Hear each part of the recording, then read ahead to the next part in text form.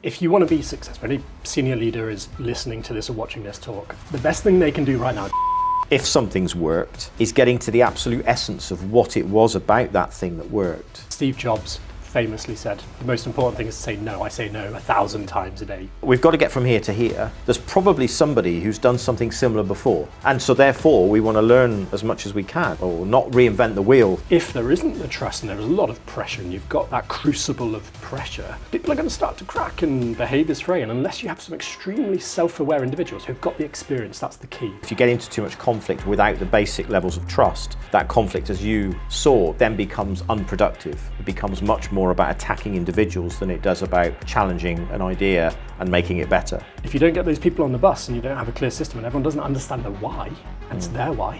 What you experienced in that moment was, for all the different reasons that may have been the case, the trust hadn't yet built because it was a new team. Yeah. They hadn't drunk the Kool-Aid in terms of what the end point was going to look like for them. These are hard-won rules that I have learned the hard way. So Greg, thank you for joining us today. So to kick this whole thing off, tell us a little bit about your background, who you are and what you do. Let's start there. Well, that's a great question. What do I do? I have a few young kids and look after them. They spend all their time taking my attention. But apart from that, I started off in construction, architecture, and what do I do now? Maybe I'll start there and work backwards. So I help people deliver big projects and big ideas and select the right projects. I've been helping a lot of senior leaders in businesses do that. And it's about getting stuff done. That's interesting. So it's the two parts to that equation, which is doing the right things and doing them right, if I was to sort of paraphrase what you essentially just said. Yeah. Do the right things and do them right. So my background, Mark, I started off in architecture and engineering and construction. So I like nothing more than a really big, juicy idea and then to think through the system to get there. So I'm an ideas person, I'm a people person, and I very much bring that to the work that I do. In the last few years, I have been working with senior leaders in business to do just that. Help deliver projects and then look at how to deliver projects that are more successful, that deliver greater impact, where people actually enjoy and have some fun as we're delivering projects. But crucially, there's no point delivering something that should have never started. So doing the right projects is absolutely paramount. Aligning that strategy, yes, but just doing things that deliver value. So I really enjoy that about my work. I'm a project professional by background, chartered project manager. I'm a director at Confluity, and Confluity is a project management web-based tool to help anyone answer the question, what do I do next on my project? I do consulting on the side as well. I can tell you much more about that, but in short, I love a big idea and I love getting it done. I love that. That's super powerful as well, because one of the biggest challenges, especially people who are new to this idea of projects, project being an endeavor, I think lots of definitions, but an endeavor that has a start, a middle and an end, typically, to deliver something of value in the world. And it can be, in businesses, it could be a big construction project you've pointed to, but there's an idea, it starts an idea, doesn't it? And I think to your point, it's about stripping away the noise in the sense of let's get to the right idea. And I guess part of that is killing the idea that maybe doesn't have, that doesn't hold water at some point. Absolutely. Steve Jobs famously said, the most important thing is to say no. I say no 1,000 times a day. You look at the best business leaders, they all say the same thing. Focus. Focus. I could use COVID as an example. You and I were talking about this earlier. How amazing was it when COVID happened? If you think back to any business leader thinking about this, they probably had a mission focus. Everyone knew they were pulling in the same direction. It's like that story, F. Kennedy, 1960, whatever it was, went to a janitor and said, "Excuse me, sir, what's your job?" And he went, "Mr. President, I'm here to put a man on the moon." If you can get everyone with that focus, then, you can move planets and you can achieve your moonshot. So, very much about getting the idea. In projects, I talk about where to start bringing in structure. Remember, I like standing on the shoulders of giants, bringing in structure that's going to get you to where you want to be. The best time to do that as early as possible. That eureka moment, that flash in the pan when the idea happens. There's clues in success, and we can find those simple rules of success and apply them early, very early, to when that idea happens. So that's really when a project starts, is when you've got that big hairy goal, where you've got a big idea, you've got a transformation, or you've been handed a project, and applying structure, simple structure from the beginning. I could talk all day about simplified structure for success. So in essence then, if I distill that down, what we're really saying is, well, we've got to get from here to here. There's probably somebody who's done something similar before. Is that right? And so therefore we want to learn as much as we can, or not reinvent the wheel, to use an analogy. Is that, in essence, is that what you bring? Is that what you're about, is to help people to know what that journey looks like and to learn from the best? If you want to be successful, any senior leader is listening to this or watching this talk, the best thing they can do right now, it takes 5 minutes, is this. Think about where they've been in a similar situation before and what worked. And do that again. Yeah. Right? Do that again. It takes 5 minutes. It's tactically bringing out that knowledge, that experience we've gathered. In behavioral science term, this is called a heuristic. I use the phrase simple rule. In short, in any job that we're in, we capture these quick thinking modes. Now, I could say in projects don't go wrong, they start wrong. Right? I can see that resonates with you. Yeah. Or it's about the benefits, stupid. Or keep it simple. Right? These are hard-won rules that I have learned the hard way. Now, that's the first thing I'd say to anyone, which is just write down what's successful for you. And then ask other people who have done it before what they've done. Stand on the shoulders of giants, take a page out of their book.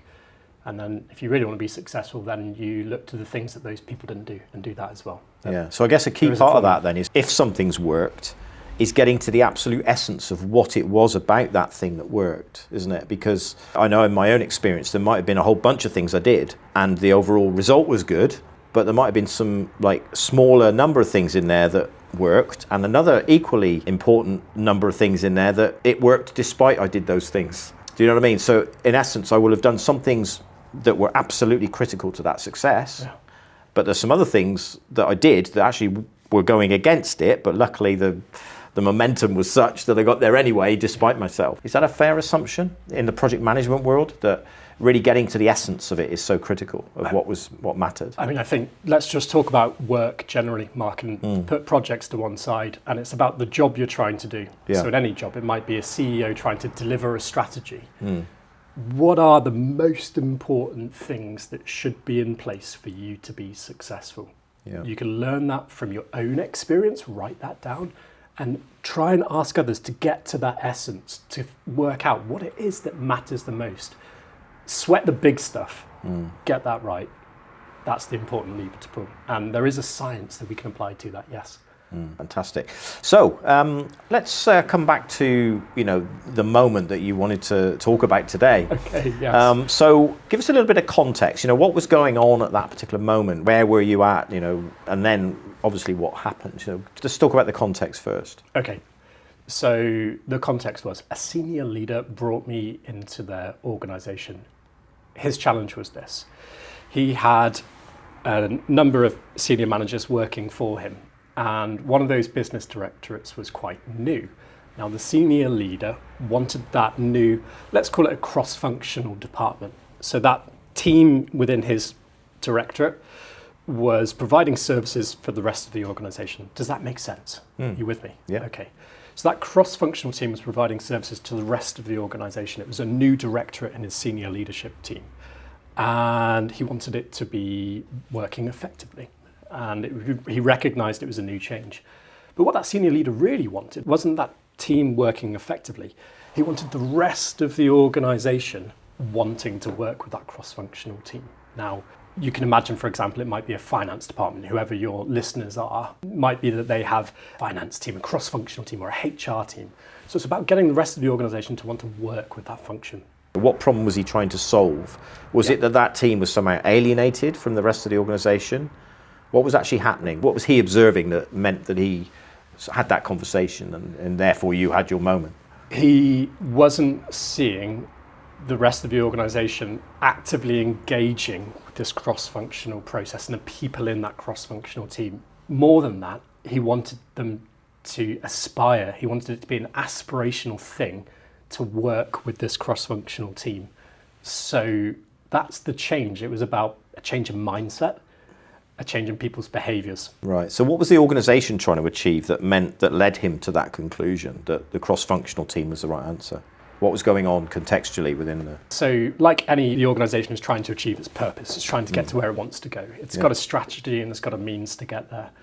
So they'd identified as a part of their strategy they wanted to improve their performance in a particular area. I'm not going to go into too much detail for anonymity's sake. Yeah, of course, yeah. But I could use another example. Let's just say it was to do with HR, okay? It's a cross-functional service. It might be to create a group of champions and to create a cohort within the organisation who are really, really passionate about psychological safety, right? To change the culture, or innovation, right? Let's say you wanted to create a cohort within your organisation who are passionate about innovation because you think that's going to get you to where you want to go.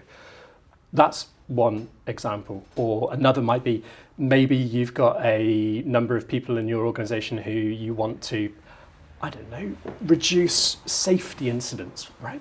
It's finding a number of people who are really passionate about that, who aren't in the safety team, but are out on the construction sites, who are out driving the cars and the vans, or in the warehouses, and making them want to engage with the cross-functional health and safety Right. team. To clarify that, what we're actually saying is there was a group within the organisation that had a clear skill set. Let's say safety was one example you used. So that, but somehow or other, that skill set was remaining sort of locked into that part of the organisation and not getting out where it needed to be. Yeah. To all the different parts of the business. You got it. It was So in the that's textbooks. that element of taking a core skill set, if you like, Yeah. and spreading it in a way that is then healthy for the rest of the organisation. You've got it. You can imagine, so senior leaders listening to this in business, they've got people working for them that are providing services to the rest of the business, be whatever it is, sales, HR, whatever it is. They've got a team running that, and they're doing it, but you're getting compliance from everyone else. You don't want compliance. You want people Energy. passionate, energized, moving the dial, like you as a senior leader are. And that's what he brought me in to help change. Got it. So rather than just going, oh, we have to do this health and safety thing, there's this real sense of embracing this new way of working, new way of being, I suppose. So I've been involved with lots of professional groups, volunteering groups, and different collaborative groups. And I've built a few, so I know what it looks like. I know what it takes to build these things. And I'm also a very experienced project and change manager, so I know how to take it up in scale. So it's for those reasons. Got you brought it. So up. what was the essence of the moment then? What moment did you have, and what did you learn from that? The senior manager was not in this meeting. Okay, we just started off, so I was with his senior leadership team, and he was on holiday. Okay, I had them in a room together, and I was facilitating a workshop with them to try and workshop together one of these collaborative processes where the senior leadership team needed to work together around this step in the cross-functional process. You know, we could say it's, I don't know, health and safety, for example. It would be, how do you look at the front end of reporting, maybe, and making sure that everyone in all the different teams are reporting on health and safety in the same way. It's that kind of thing, right? The end-to-end process, looking at the beginning. So we've got a whole bunch of people that we need to suddenly work in a similar way, Yeah. and this was really what this was about. Yeah. So one of them said, senior leaders, why have I not been consulted on this already? And what's this all about without their boss being there? Right, so warning signs, lack of consultation. So you're in the room, a whole bunch of people, how many-ish? The Six. senior leadership Yeah. team without the boss. And straight away you're getting a challenge as to... Lots of challenge. And very different behaviours to what I saw when the senior leader was in the room, right? And that's good. I think that was useful because I got a really strong sense of where we were. Now, the outcome of that meeting was I felt pretty dejected, I'll be honest with you. I did not achieve my workshop aims, and I didn't feel particularly good about that. And I had to do a lot of introspection and reflection to work out why and what happened next, but I'll talk about that. But what happened in the meeting was essentially we did not achieve our workshop aims. We just kept on getting mired in complexity and detail and people pointing fingers in different areas and pulling bits out of this idea rather than displaying curiosity. Thinking, oh, how interesting is that? Oh, right, well, if I do that, then that's going to help me be better. No, they weren't thinking like that. The thought processes clearly were, this doesn't make me feel safe. I could see it in the behaviours and the way that they were talking. And a few dominant players in the room were slowing things down by bringing in abstract questions and going to complexity. But the eureka moment, I think, for me was actually after the meeting, because I'd surveyed these individuals. I always survey people in workshops to try and get to consensus. So I asked everyone, based on what we've talked about today, where are you on a scale of consensus? One, picture of Donald Trump and the word veto, right? The other is, I don't know, Mr. Happy, so yeah, I'm fully on board with this. They were on the wrong side of that equation. They were pulling in the wrong direction. So they were below 50%, right? The needle was in the red. And someone in the room, and I knew who So it to was. say, just to pick that up, so essentially what we're saying is they were completely rejecting, albeit maybe not actively, but they were completely out when it came to the idea, completely checked out. They were not on the bus. Yeah, not on the bus. Yeah, great analogy. Yeah. And they were more so with the senior leader in the room. Yeah. I think we were seeing compliance. And I think the eureka moment, maybe in many ways for me, was actually to recognize that there are three types of people in the world, right? There are the people who are fully on board, the people who violently disagree. Great, you can engage with them, but it's the people in the middle who are quiet. And when your senior leaders are quiet, it's my takeaway, incredibly important not to mistake compliance for engagement, right? And if you don't get that right, it's those individuals who will come back about it. And I saw that firsthand. So the challenge for me then was to work out, my brief was not to get that senior leadership team working together and learning how to collaborate more, which was actually the challenge. I was observing a lack of change management and collaboration between the senior leadership team to bring in this new cross-functional directorate. That was coming to a head with me in this room in the meeting. And I realized the people in that room had not been cooperating in a collaborative way. And I was the brunt of that. So that was the beginning of my Yeah. I mean, my natural reframe on that is maybe you were what needed to happen. It certainly didn't feel like it at the time. No, absolutely. I'm sure it didn't. Yeah. But sure enough, I went home, dusted myself off and really reflected. And when I did, I packaged it just like that. And really what I was seeing in the room was power dynamics, lack of climate to enable collaboration, so probably not enough one-to-ones between them or change management that had happened before. So back to that system, there were some things that weren't in place to enable open dialogue. Would you say that trust was lacking between them then? If that dialogue hadn't happened, question is why hadn't it happened, I suppose, is the next question, right? Well, trust, yes, very much so. And why hadn't it happened? Many reasons. I can point to the team and say it was quite a new senior leadership team. Many of them hadn't been in a senior leader role before, so it was a step up for them. They had big briefs, they were under pressure, and it was a perfect storm in many ways. You throw in then a new cross-functional department, taking some power out of some of those teams and putting it with someone else. If you don't get those people on the bus and you don't have a clear system and everyone doesn't understand the why, and it's their why, then you've got an issue. And you're right. I mean, I love the analogy about people on the bus, right? You know, they're either in or they're not. And it sounded like what you experienced in that moment was, for all the different reasons that may have been the case, the trust hadn't yet built because it was a new team. Yeah. They hadn't drunk the Kool-Aid in terms of what the end point was going to look like for them. Yeah, that's kind of what I'm hearing. Is that a fair statement? Absolutely. Yeah. Absolutely. And I think that was a recognition that something was going to have to change. And, well, I hadn't been brought in for nothing. I had to help set this function up, so processed what was happening and recognized that some of those individuals were much further away from being ready than others. Yeah. So then took these insights to the senior leader and then had a conversation about the pace of change. That senior leadership, absolutely the right thing, wanted drive, wanted energy, but we had just burnt through a lot of money and time, weeks, and a senior leadership team meeting and come out worse off almost than we'd gone in. So my point was this, that we have to go back to getting a collective why, building the foundations for trust and dialogue and a shared purpose. Do that and we'll accelerate. And that began the next steps in our journey. Got it. So the people that weren't on board, what would you say was holding them back? What would I say that was holding those individuals back? Well, Based on what you subsequently learned, I guess. I think if I look at it from the different perspectives of the individuals, and there was one individual there who was under an awful amount of pressure to hit targets. They were quite new in their role, and they also, everyone has their own particular personality types.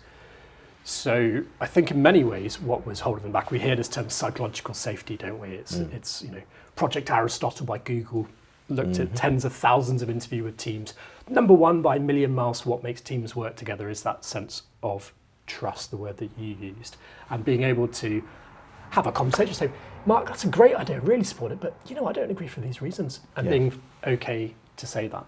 That was not displayed behaviour. So the individuals weren't feeling safe, and that was holding them back. And I think, unfortunately, then what happened was, so they weren't feeling safe. Two people weren't feeling safe. They didn't have any outlet, so they came to a bit of a head, and there was a little bit of conflict between them. Yeah. Right? And that conflict did morph from being conversational, okay, to them saying names about each other, right? And it became quite heated. So actually, on the scale of conflict, right, it was quite far advanced. Yeah. It was quite far. I didn't know if you could bring it back, if I'll be honest with you, at times. So what you'll find, and your listeners will find in those situations, if there isn't the trust and there is a lot of pressure and you've got that crucible of pressure, people are going to start to crack and behaviours fray. And unless you have some extremely self-aware individuals who've got the experience, that's the key. People have been here before, if you've particularly got a young team. But if those pressures are building and the fissures in the rocks are starting to crack, you're going to have to do some work to fix that. Yeah. Yeah. And that's the thing, if you try to get into, or if you get into too much conflict without the basic levels of trust, that conflict, as you saw, then becomes unproductive. Yeah. It becomes much more about attacking individuals than it does about challenging an idea and making it better. It's a whole different dynamic, right? Yeah. And really, really interesting. So thank you for that. And so how has that then led you into what you do now, and what you're so passionate about? Because I know your passion from all our other conversations. So what's changed for me? Well, what changed for me was driving home that night after that meeting, and the next day processing what I had gone through and working out what I was going to need to do. And for me, it was the need to have consultative conversations with those individuals. Really, in many ways, it was coaching. It was to help those individuals see how they'd pissed off the other people.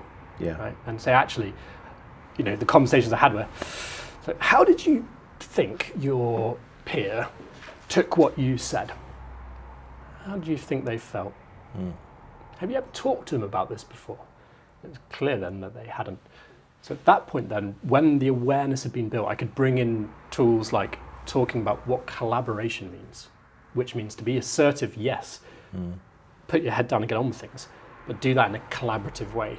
If you're assertive and cooperative, then you get collaboration. Yeah.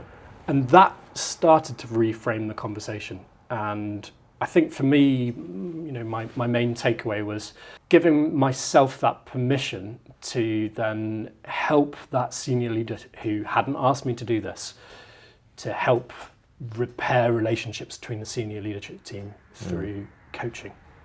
And that was needed. And the senior leader didn't ask me to do that. I did that because I realised that problem was there. Yeah. And probably the only way that they were going to be able to move forward, I guess. Yeah. For the people listening to this, what would your sort of key takeaway be, given all that you've learned, that whole experience you've described? If there's one thing that they could take away, what would it be? Before you start, before you get your head down and get on with things, ask why first. And if you can't say why you're doing it, and it's not your why, it's theirs, then don't bother. Don't start. Don't get your head down. Don't put your bullhorn on and get running. Answer this question. Can you say why it's important for your peers and your superiors?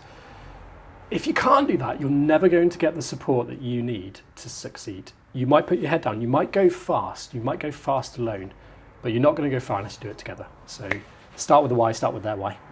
Fantastic. Thank you, Greg. It's been an absolute pleasure as always. Okay. Thank you so much. I've really enjoyed it. Thanks, Mark. Thank you. Thank you. Okay, so I hope you enjoyed that. You'll find more like that interview with more very interesting people. So if you head over to the channel and subscribe, and there will be plenty more to come. Thank you.